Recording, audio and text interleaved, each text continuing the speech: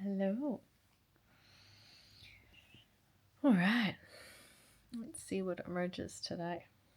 I'm sitting here on the lounge with my two canine companions, one on either side of me.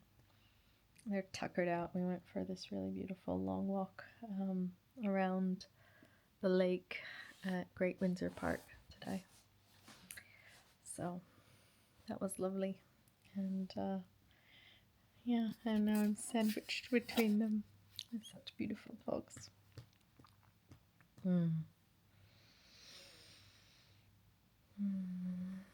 What do I feel to share? What do I feel to share?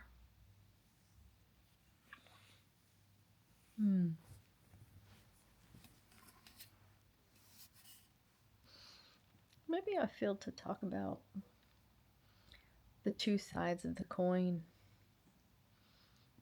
or the two wings of the butterfly, and how we need to develop them independently but equally. And by that I mean the inhale and the exhale. Like, we can breathe where there's a really short inhale and a really long exhale.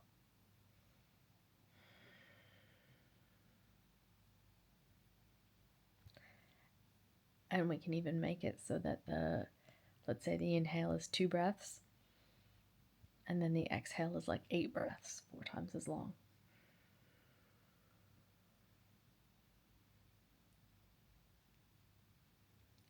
And we can do the opposite. We can inhale for much longer than the exhale. And either of those will create a degree of imbalance in the system.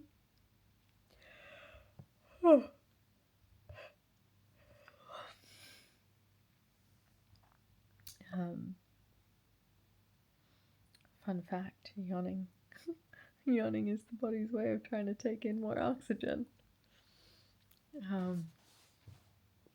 We don't process oxygen as skillfully when we're tired. That's why we yawn more when we're tired. Anyway, what was I talking about? So, the two wings of the butterfly and the two sides of the coin. So, like, giving and receiving, inhaling and exhaling. Two completely separate skill sets.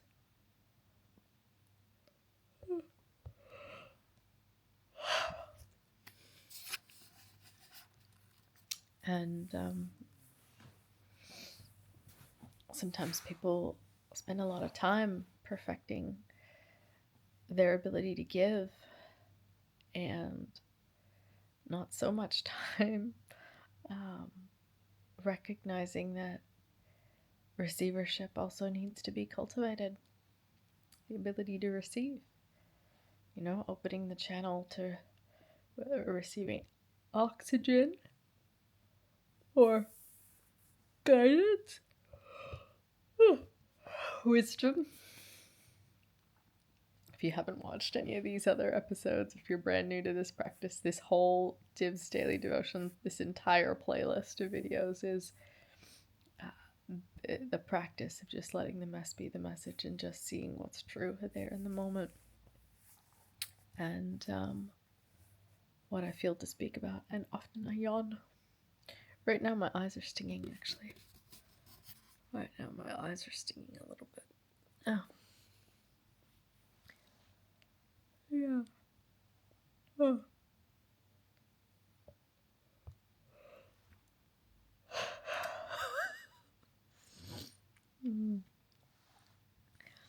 This yawning is it's one of the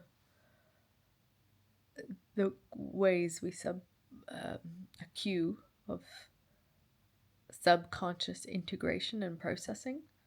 So I know deep work is happening for me when I do these videos, and I commit to this expression practice. I don't actually need to know what it is, what's being rewired, or what's going on in the depths. I just know that there's stuff being recoded.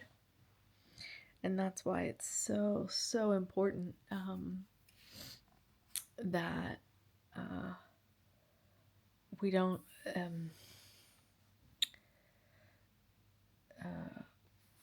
stop the natural flow of things, because oftentimes what I see happen, like this is after hosting like over 220 retreats, not 220 retreats, maybe someday 200, but right now 20 retreats, and I would notice places where there would be new programs installed and things completely let go, and it would be neutral and spacious, right? And then sometimes as short as between the morning circle and the evening circle,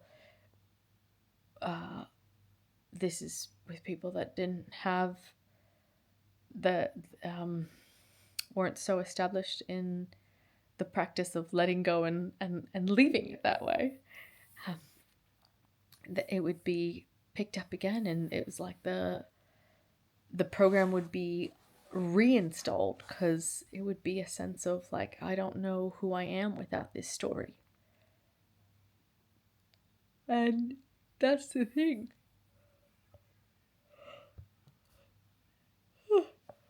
Excuse me.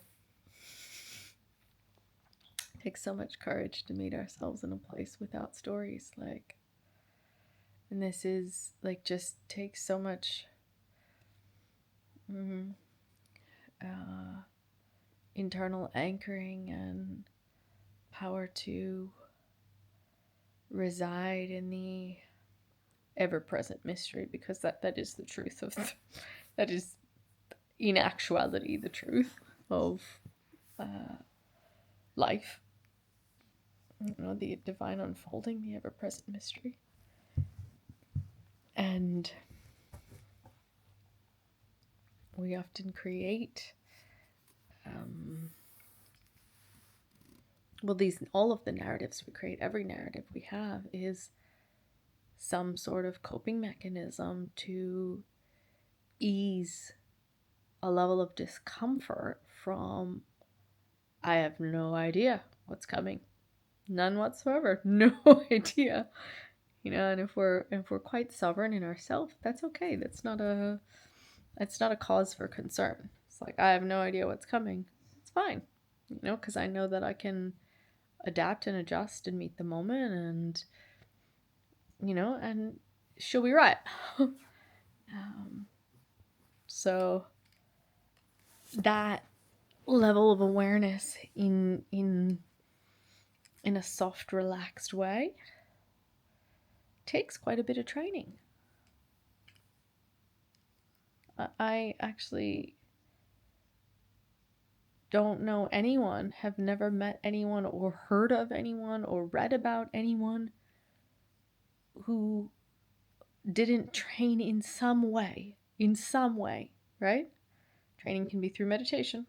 That's a way. That's one of the ways that we just sit in the unknown. But there's that retraining of our bodies and brains to just relax and be comfortable in not knowing, you know. And I like, speaking as someone who once upon a time needed a very, very, very high degree of control to feel safe. I didn't realize that the cost of that was a baseline level of tension in the body and in the mind, right? The chronic, any kind of repeating thought pattern, any kind of stress, this is tension in the mind. So I didn't know then what I know now. And yeah, the peaceful emptiness, the full content emptiness is something that I deeply, deeply, deeply treasure and wouldn't trade for anything in the world.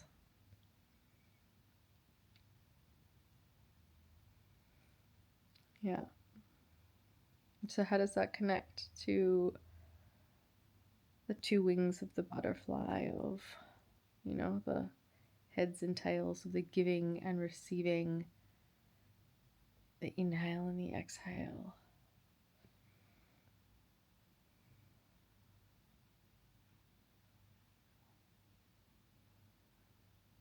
I don't believe it's possible to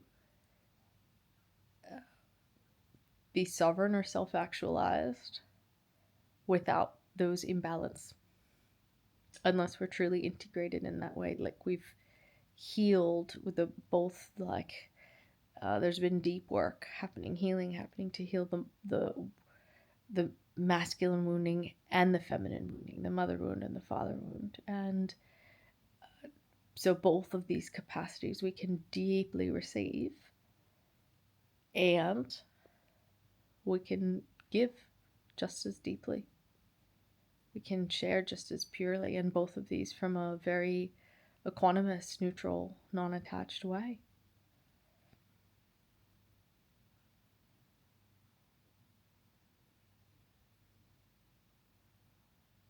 Yeah, that's what's there today. That's what I feel to share today. I want to show you these dogs. Let me see how I can turn this around so I can show you these cutie pies. These cutie pies.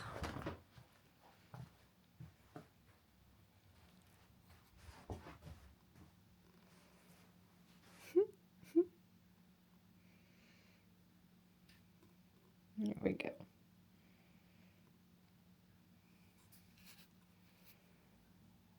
Yeah. Anyhow, thank you for watching, for being with me.